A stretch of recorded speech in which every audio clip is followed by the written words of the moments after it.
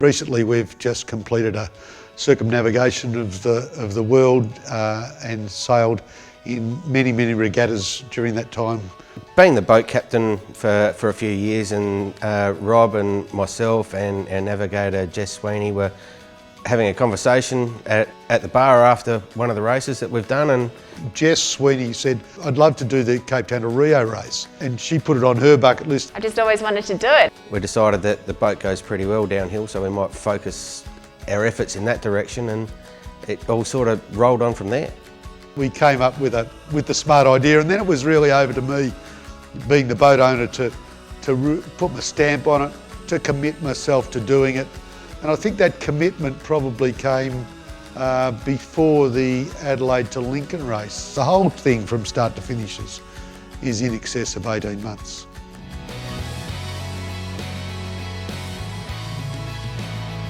We left Melbourne and sailed up the West Channel and out the Heads. And we sailed up to Sydney, and that was a sort of a pretty ordinary delivery, motored nearly all the way. And then we sailed the Sydney to Southport race. There wasn't a lot to organise for the Southport race. We'd done all our preparation in Melbourne and set the boat up to go around the world. So to do a 380 mile race, we probably had more gear on the boat for that than what we really needed. So setting up to do the stuff up the East Coast was pretty easy.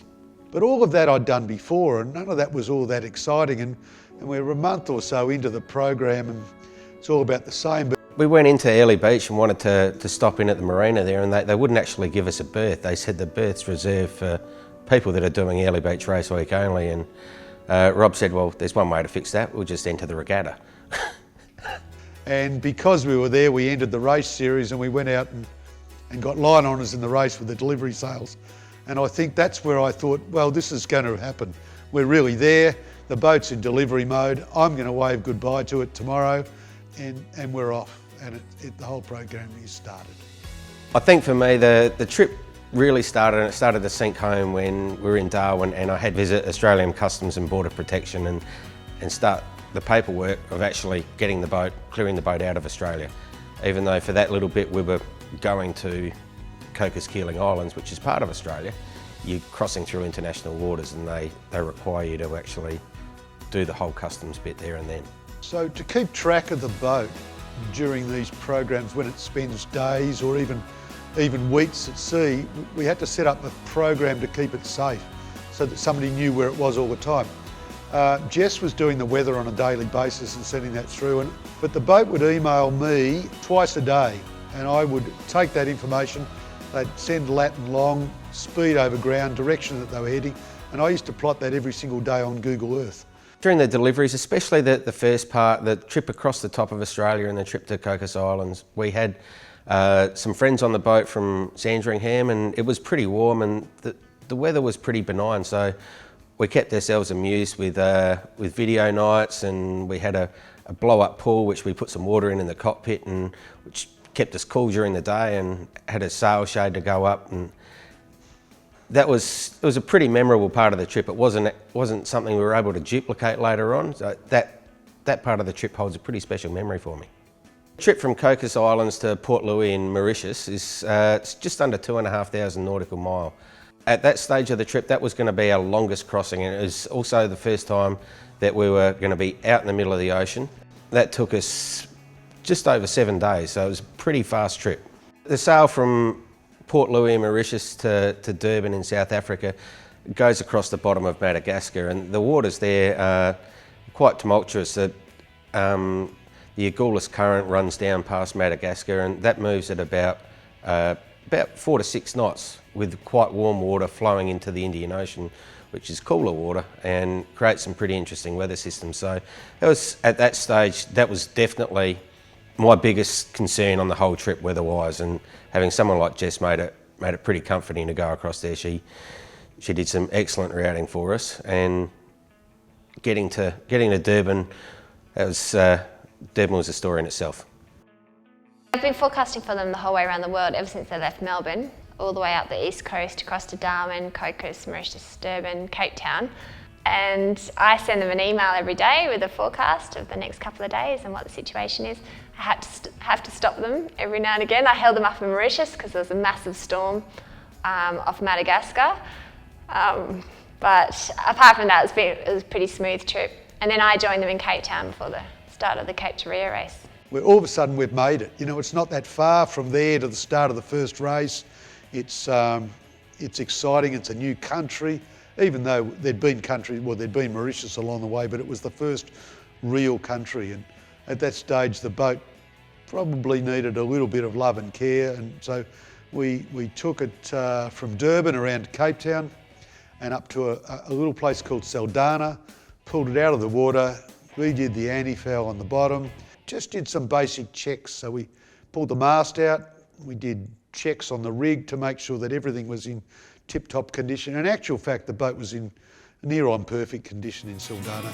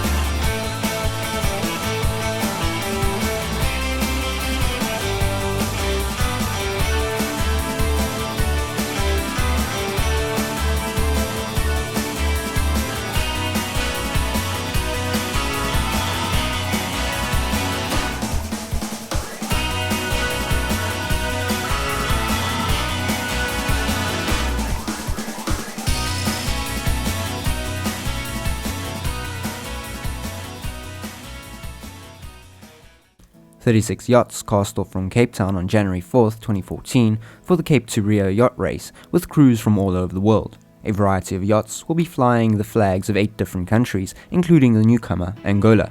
Giovanni Soldani's Maserati is the hot favourite for the Lion Honours and is currently predicted to complete the course in 11 days. Whilst the Maserati may be the first yacht to finish the course, the Cape to Rio race uses an international RCI rating system that calculates the overall monohull winner. The Australian yacht Scarlet is one of the favourites and is currently routing at 14 days for the race. The Australian crew sailed the yacht to Cape Town from Sydney. The first Cape to Rio race was inspired by Bruce Dalling's victory in the 1968 single-handed transatlantic race and was held in 1971 to Rio de Janeiro. Subsequent races were called South Atlantic Race as they went to Uruguay rather than Brazil. The 13th edition was back in the original course, Cape to Rio, in 2011, and in 2014 the race was renamed Cape to Rio. The Cape to Rio is quite a high-profile race, at least it has been in the past. The numbers have been dwindling for a while, but it is one of the great ocean races. I mean, you're crossing the South Atlantic, it's the only race that does that. The previous time the race is held, that the record is broken by one of the big boats. It's different to a Sydney to Hobart, which has got all the glitz and the glamour and the flags and the many boats and many people and all the publicity. This is a lot quieter than that. The preparation leading up to the race in terms of doing safety inspections and weather briefing, safety inspections were pretty similar to what we've done in the past with ocean racing back in Australia. And as was the weather briefing, it was almost like we were back home doing a race. I guess the only difference was there was a little bit of a difference of opinion between our meteorologist and the race's meteorologist on some things. I was seeing was completely different. It had the front slowing down, stopping over Cape Town, and then this cut-off low spinning up right over where the race course was and where all the boats were going to be. And it was a terrifying forecast, really. And I was worried for the other boats that might have just taken what that other guy said and sailed into the storm, and that's what they did, a lot of them. But unfortunately, race day, there was no wind, 3 or 4 knots, and it's right on the edge of the boat even moving. And we all lined up with the 40-odd other boats that were involved in the race, and we actually got the best start by a mile. We were 2 or 3 boat lengths ahead of anybody else going at full speed, and and we almost led the fleet, even though there were a number of bigger boats, and we almost led the fleet to the first mark. And we were all pumped, I guess, at that stage, and we did an inside jibe set on the first mark and jibed inside our major competitor, the 70-footer, and managed to pass them in the next 400 or 500 metres. So everybody on board, even though there was no wind and we're all trying to be as quiet as possible as though we're walking on eggshells, we're so excited that we've actually passed the two big boats in the race, and we're in the lead, and we led for the whole of that day until the sun went down.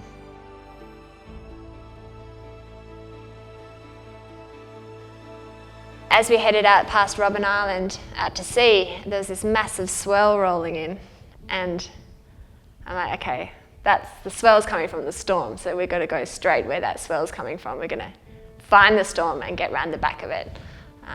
So we headed off to the southwest, and there was this massive cloud line on the horizon that was sailing out of the sunshine into this storm. It was quite a dramatic start. We knew exactly what we were going into, and everyone on the boat had prepared the boat and themselves meticulously, and we're pretty confident that we could manage what was coming quite well. Because we knew when the front came we were all going to have to sit up on the side and get wet and cold and suffer. But it just built. It went 25, 30, 35, and we were shortening sails and bashing into it. And after a period of time, we'd got probably what we thought was through the worst of it, and we started to free off a little bit to make the sailing a bit easier. We went from a beat to a reach, and we just started to ease the boat into it. The waves were pretty washing machine-y. They were coming from all directions and all sizes. It was concerning, I think, I don't think at any stage I was frightened. I don't think anybody on board was frightened, but it was concerning. When it did hit, we changed sails early because we knew it was going to build, and we were set up with a number 4 jib and a full main initially, and the reefing system on our boat, we can put reefs in less than a minute, and we were very quickly down to 2 reefs in the mainsail, and then it wasn't that long after that where we had the mainsail down altogether, and we were just trying to slow the boat down and make it a lot more manageable than what it could have been. I think our top speed with the number 4 was somewhere around 33 knots, but it was we were consistently doing in the 20s with only a number 4 headsail up. I tried to download the next weather update, and there was an error saying antenna cable failed. There's a lot going on. Obviously, we're in the middle of a storm, so we had plenty of sailing to do. Didn't really need the weather update. I knew where we were in the storm. It was windy. BA helped me replace all the cables that didn't work. To try and work out what was going on and try and get that system back up and running, we pulled our satellite antenna off the back of the boat and pulled that downstairs and pulled it apart to try and work out if we could see what was wrong, if there was a broken wire or something had gone wrong inside there that we could fix. But in the height of the wind speed, it was probably blowing 40, 50 knots. We took the satellite dome off the back of the boat when there's massive seas. I don't know how we did it. Got inside, undid the dome.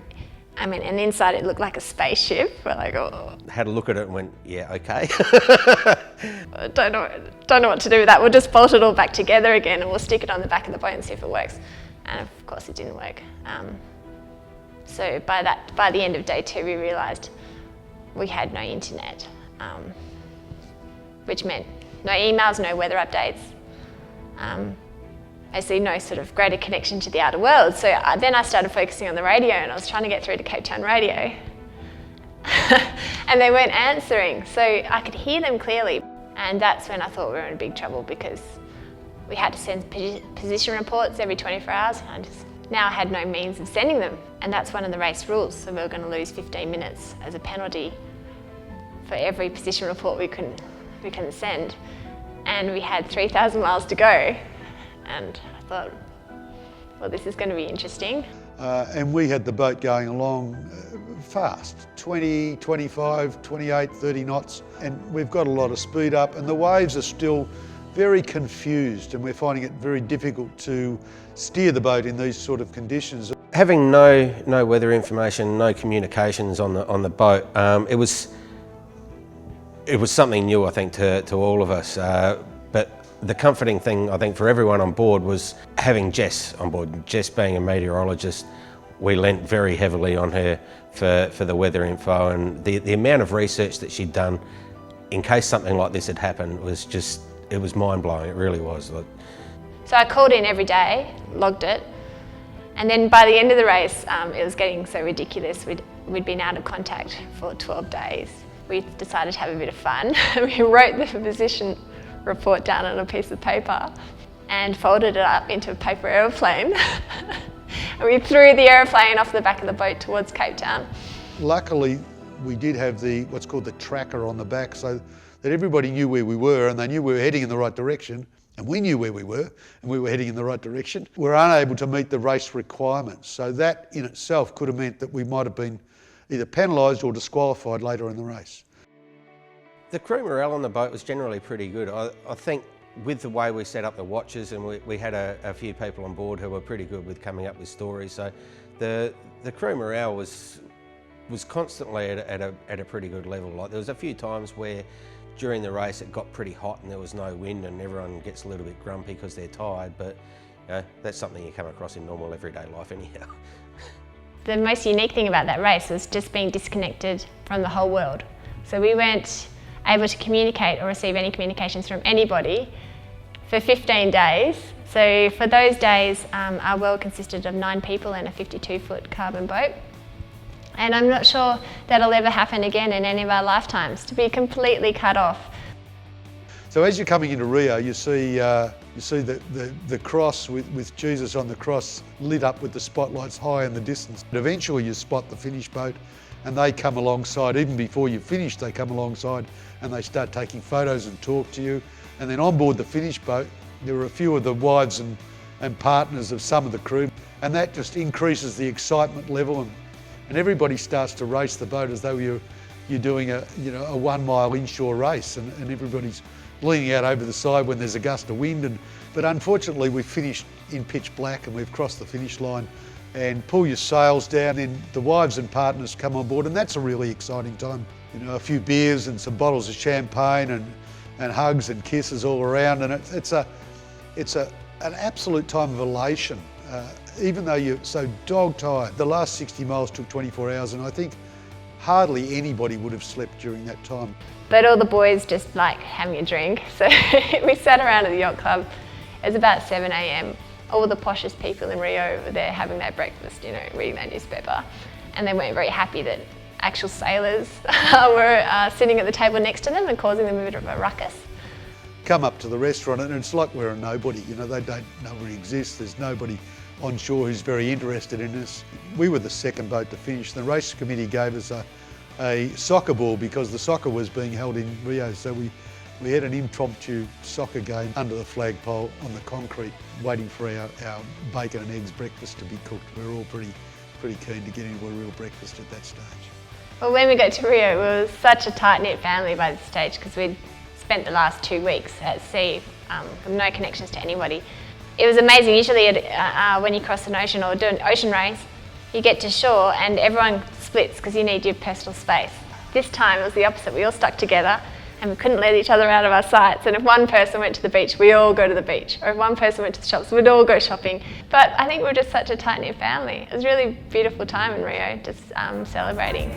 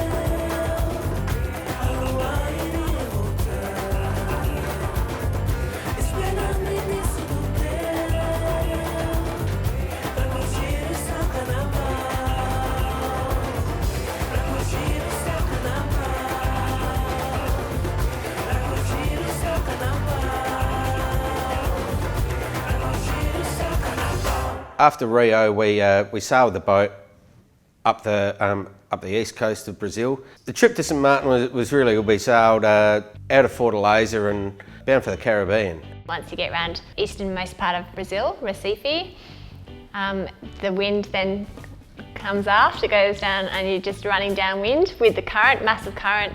Great trade winds. It would have been a lot of fun actually, that part of the trip. They got there quite fast to St Martin. There's a group of boats that get themselves involved in these regattas and they follow them around. So at one stage when we were planning all this, I thought we were going to run into some of these regattas and we'd be the biggest, fastest boat and we'd win every prize. And you get there and you find out that there's some very hot boats and some very professional crews and this is all going to be a pretty tough gig. Getting crew for St Thomas was difficult because Rob had just sprung it on us at the last minute. There wasn't any of the regular crew sailing. We ended up getting a crew mainly of Caribbean-based people. The US Virgin Islands was very similar to Airlie Beach Race Week. It's based around a yacht club, it's very relaxed, there's probably a little bit too much alcohol partaken at the end of the race and it was a lot of fun. The competition is just as hard as it is in any of the regattas, but St Thomas Regatta was fairly relaxed. If we compare that to the next regatta, which was St Bart's, and St Bart's we've now gone to a French colony, but that was a more high-level professional regatta and less relaxed than St Thomas. Although that regatta we made some great friends. Antigua Race Week was the next one after St Bart's in the regatta series, and at that point we're having a lot of Australians fly in for that regatta. So we've now grown in numbers. We've got 2 houses and we've grown in numbers to 23 people, and it's become a real circus. The first race in that regatta was the Guadalupe to Antigua race. So one afternoon we put the crew on board the boat and we sailed about 40 miles to another little French place called Guadalupe. And we camped ourselves at the Hemingway Hotel and early the next morning we started the race and we were pretty successful in that race. We got line honours and we also won that race on handicap. And that took us back to Antigua.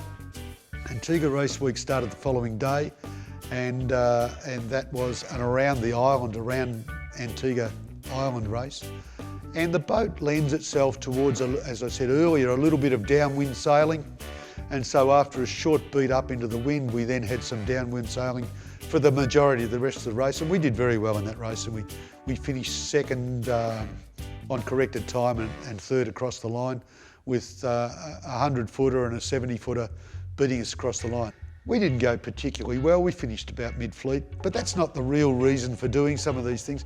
I mean, look, in all yacht racing, you love to win. You just don't win as many as you think you should. But we were never going to win the regatta. The winner of the regatta won every single race, and so made us look a bit out of it. But good fun, terrific fun.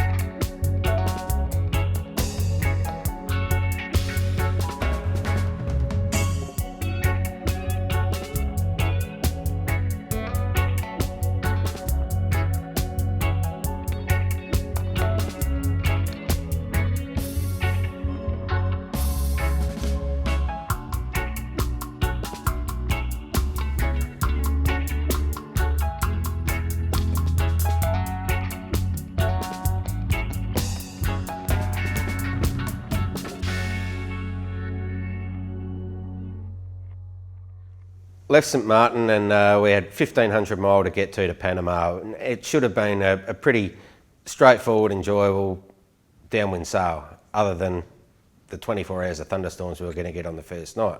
We had a schedule to keep. We'd had an agent who'd booked us a whole heap of stuff to get through the Panama Canal, and we were meeting Rob there, so we needed to be there by a certain time. So the first night was quite interesting, but it ended up being a lot of fun. Really, really good downwind slide. I think we might have spent a lot of it between 20 and 25 knots.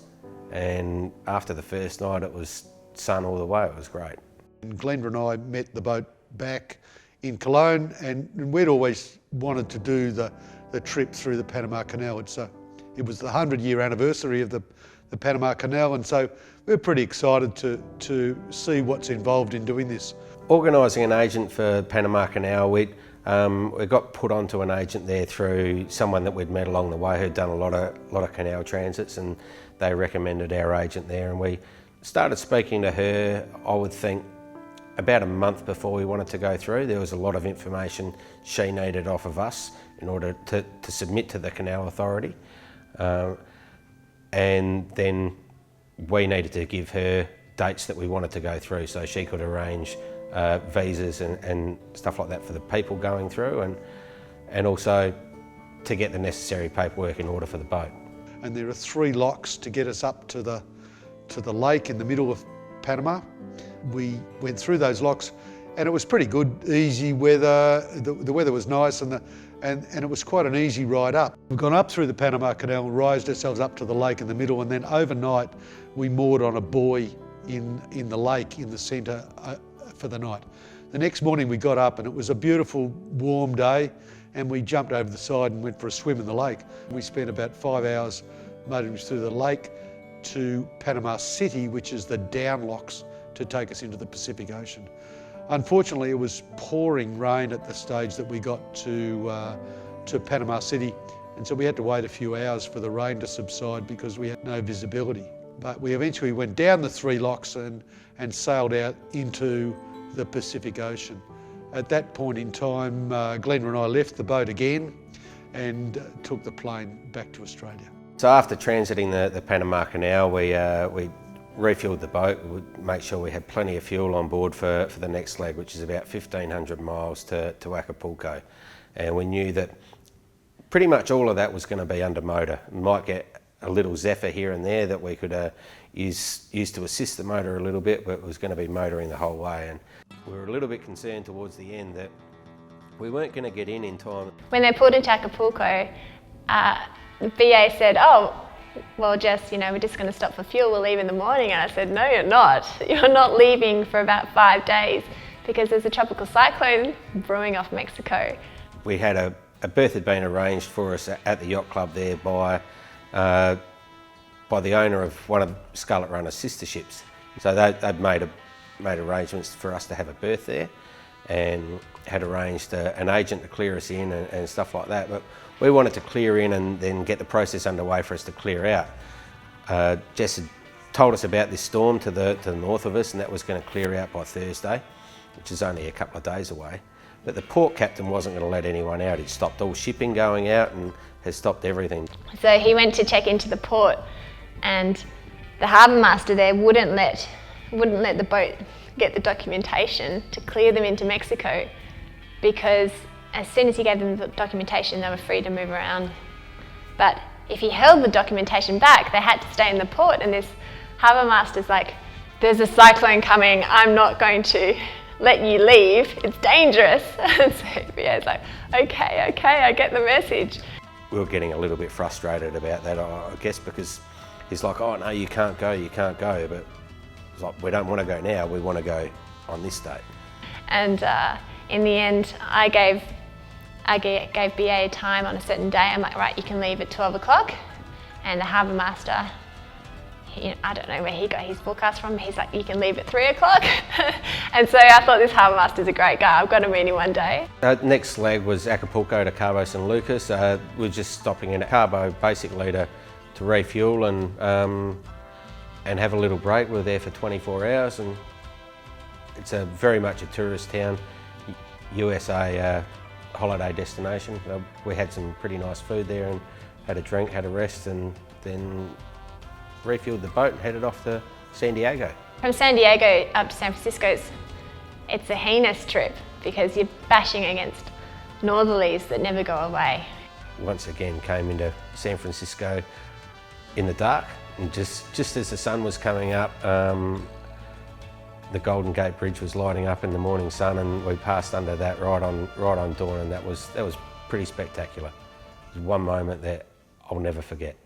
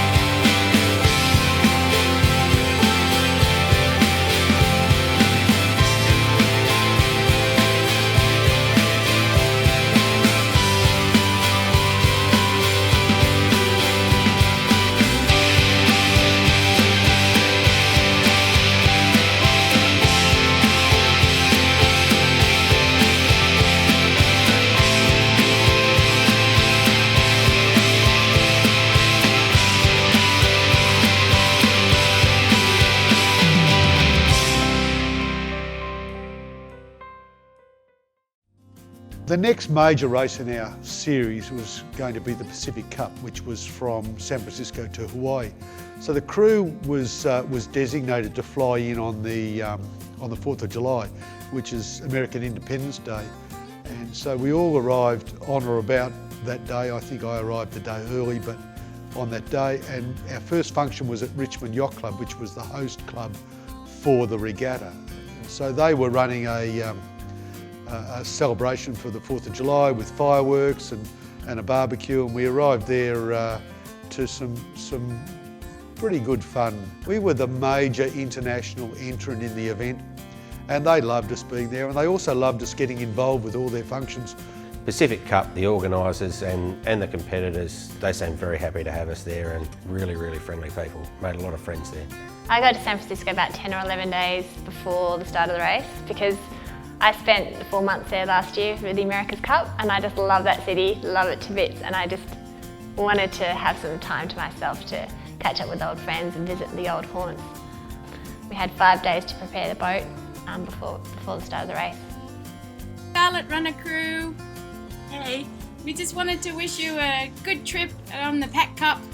Yeah, sail fast and go get it. And we've got Matilda here, so you'll just have to suffer without her.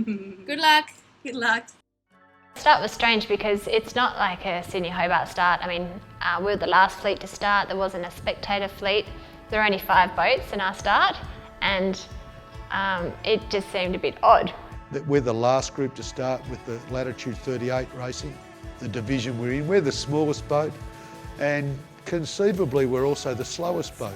Just before the start, the wind has changed direction a little bit, and we end up watching the whole fleet cross in front of us, which wasn't a good look 30 seconds into the race to see everybody ahead of us, and we're way out of the competition. But we beat up towards the Golden Gate Bridge. And leaving San Francisco, I was pretty excited to be doing the race, but it was also starting to dawn on me that this was the start of the last real leg for us, and that the tour was coming to an end. So I guess I had mixed emotions, and it was a different feeling to what I've had at the start of every other race. Is one stage you're excited to get going, and then next you'll be lying in your bunk and thinking, oh, I'm going to be home in a month or 2 months' time, and it's all going to be over.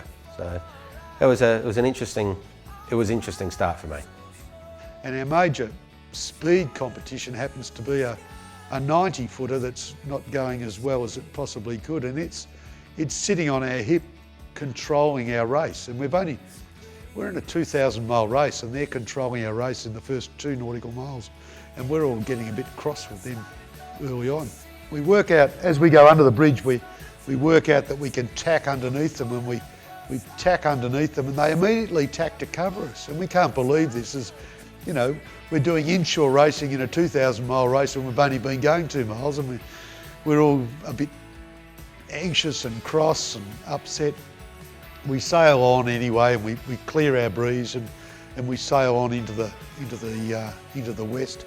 Most unusual conditions. The wind at the top of the mast is 6 or 7 knots. The wind on the water is nothing. So we're sailing along in glass. It was as flat as that. There wasn't a ripple in the water, and yet we're going along slicing through it. Most unusual situation. And that continued on into the night on the first night. Well, on day 3 and particularly day 4, we started to notice a lot of debris in the water. There was all sorts of stuff. There were fishing nets, there were buoys, there were rubbish bags, there were plastic boxes, there were all sorts of things. Almost every couple of minutes we'd go past something. And it was astounding. I mean, during the Cape to Rio race, we crossed the whole South Atlantic, we saw 3 pieces of rubbish. And here we were seeing 3 pieces of rubbish every 10 minutes.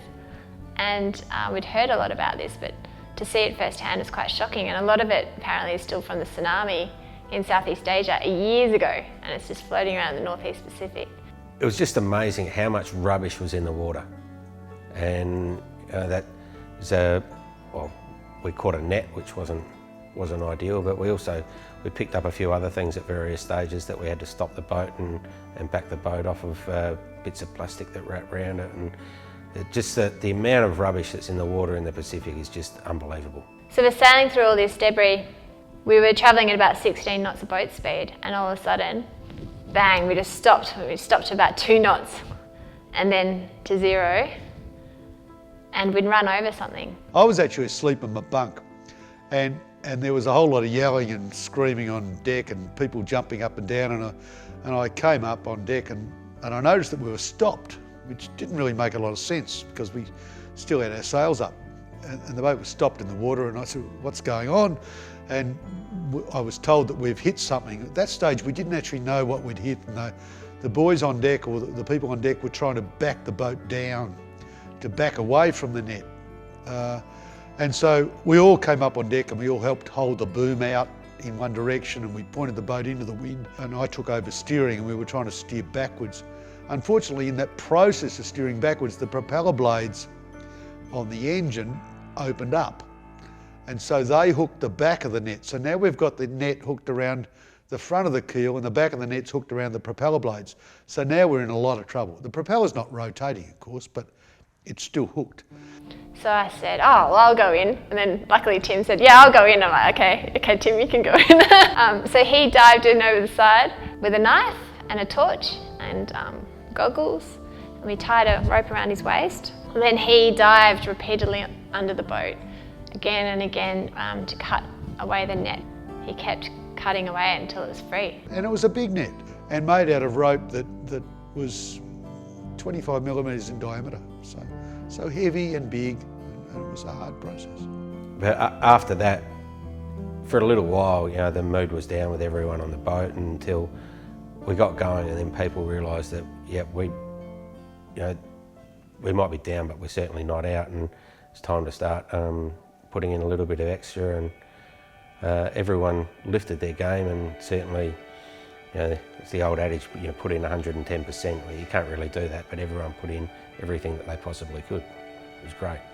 And every 4 or 5 hours, Jess is doing the calculations on how we're going, who are we beating, what's the situation. We actually looked at the handicaps, and we had to beat the 90-footer. It had a better handicap than us. But after we'd got 15 miles ahead of it, we figured that we were okay. We were gradually extending, continuing to extending. We'd lost contact with the biggest, or the fastest boat in the fleet, the 63-foot Invisible Hand. So it ended up that there were 3 of us fairly close together. There was ourselves, Pie Warmer, as we were calling it by then, Pie Wacket, and Caro. We thought Caro would have been a long way further ahead of us, and then all of a sudden one evening they jibed across in front of us, and we were quite surprised to see them there, and they didn't extend too much to us.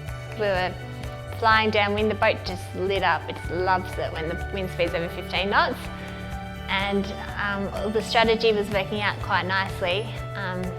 We were chasing this high pressure as it sort of went away to the west. We were chasing it, and then suddenly we had to jibe to lay Hawaii, and as we started pointing towards Hawaii, the wind speed picked up and up, and we had the A4 up, and there were a couple of really dark nights. It was blowing 25 to 30 knots from behind us. There was no visibility, there was low clouds, no moon, and I was steering. I'd steered the night before in those conditions and really struggled. I was having a lot of trouble feeling the boat. I was probably relying on the instruments too much.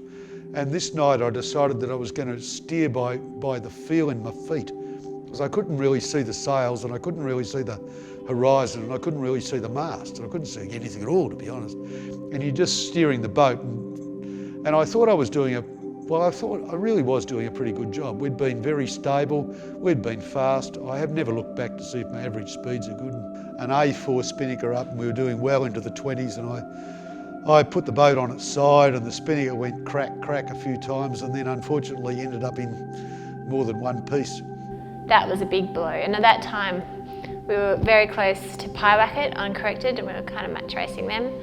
And when we put up the less favourable sail, we were worried that that was the end of the race, and we'd lost our chance. It was that kind of close that we thought, no, it must be all over. So we were surprised in the next morning when we got the position reports to find that actually we were still in the lead, and it just boosted the morale of everybody. I thought, yeah, we can do this, and from then on we just pushed so hard. I've never seen the boat push that hard before. In the trimming and the steering, I mean, the boat speed was just fantastic. Reaching into the finish, Jess was up on deck with her hockey puck or her compass, trying to line up a variety of lights to know exactly where we were, even though we had the mark of the finish line on the GPS. The most difficult finish line I've ever seen. I mean, it was one mark, very low in the water, that you're not meant to be able to see until you're within a couple hundred metres of it anyway. And there's no mark on the other end of the line. You've just got to pass this one mark in a transit with two big lights on adjacent hills that line up. And if you've never been to Hawaii before, and there's 100 lights ahead of you, which transit do you want? So it's basically the navigator's worst nightmare, this finish line. And then straight after the finish line, you got half a mile before you hit the reef.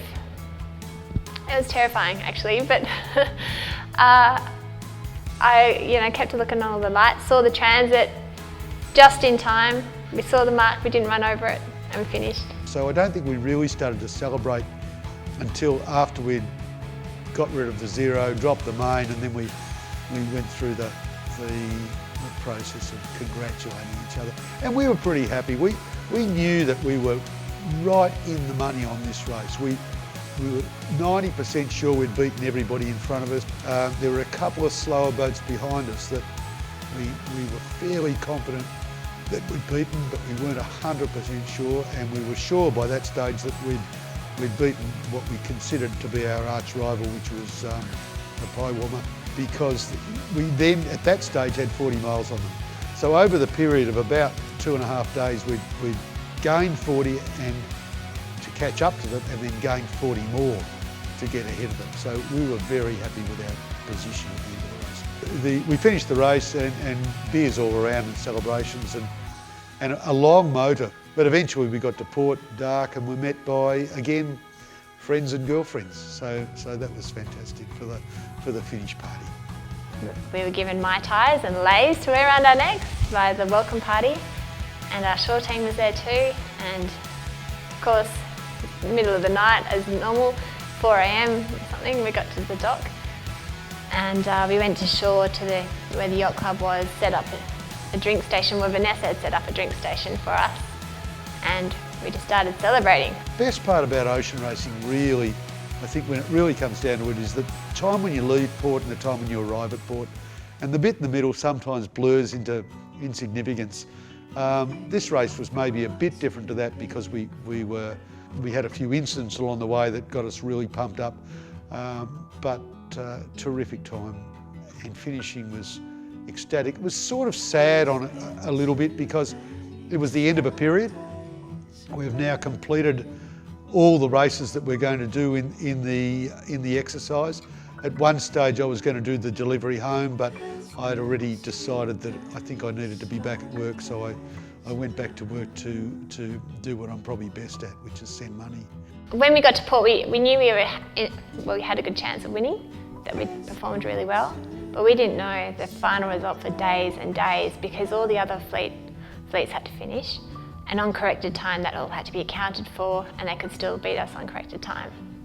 So we were cautiously celebrating, but yeah, we didn't know the result until the day before presentation, so that was 5 or 6 days afterwards. 8 of us were there for presentation night. We collected all of the major trophies. So we won the 38, Latitude 38 Performance Handicap Division. We won the ORR, or Offshore Rating Rule. We won the Pacific Cup and collected all the major trophies. It was a very heady, exciting night, and I think it took us a long time for any of us to come down off that high. It's the most exciting race that I've ever won. It's the biggest race I've ever won, and the team spirit and camaraderie was fantastic.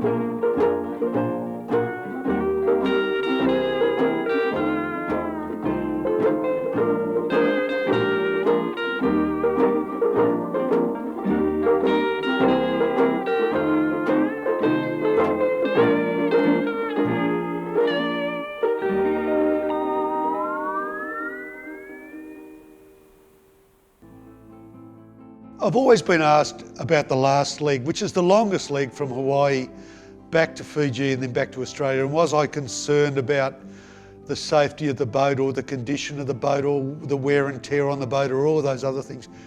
But by the time we got to Hawaii, the boat's really been at sea for a long time. The people on board, I've got 100% confidence in the people on board. The delivery from Hawaii to Fiji seems straightforward on paper, but at that time of year, there's a lot of tropical activity just south of Hawaii, tropical storms, tropical cyclones, and this year the water temperatures have been very, very warm, so there's been more activity than normal, such that at the time there was what's called what people have been calling a tropical storm highway, which is where the tropical storms just move along in a line, one after the other. And so the boat had to leave at Hawaii at the right time, or cross the road at the right time, so to speak, in between the cyclones. So they found a gap and got through to the other side, luckily. And then one of the storms they passed then went up and spun into a super typhoon off Japan. It was a pretty serious storm. The next stage of the process was for me to fly to Sydney and wait on the dock so that they could arrive after dark, as they always do. And so a few of us flew up to Sydney to cheer and clap the crew that at that point in time had completed the circumnavigation of the world. So from Sydney to Sydney in a period of just over 12 months, and the boat's arrived. She's in near on perfect condition, and with just that little tiny leg down to Melbourne, which in the scheme of things is just a dot compared to where they've been and what they've done around the world. Part of this whole thing from conception until completion has been amazing. Every little kid that sails dream is to sail a boat around the world, and to have someone like Rob to provide a group of us with the opportunity to do that is just amazing. It leaves me speechless occasionally when people ask me about it, like that someone would be so generous to give their boat up for us to go for a sail, and he's just going to jump on it from time to time. It's a pretty amazing thing, and you know, it'd be great to see a lot more people be able to do the adventure that we have. You know, he's been pretty good at like giving a lot of people an amazing opportunity, and just like to see more people get involved in this sort of stuff, because it really is an amazing experience. Can't thank Rob and his family enough for providing all of us that have been part of it with a lifetime of memories that, you know, well, for us, money can't buy. You know, he's paid for a lot of it, which is very generous. The experiences that we've had, you know, they're priceless. They really are. The boat to me is like a part of my family. I know the boat inside out, and it's a bit hard not living on it each day, but yeah, I love that boat to bits, and you know, wherever it goes and wherever it ends up over its life, it'll always hold a pretty special place in my heart.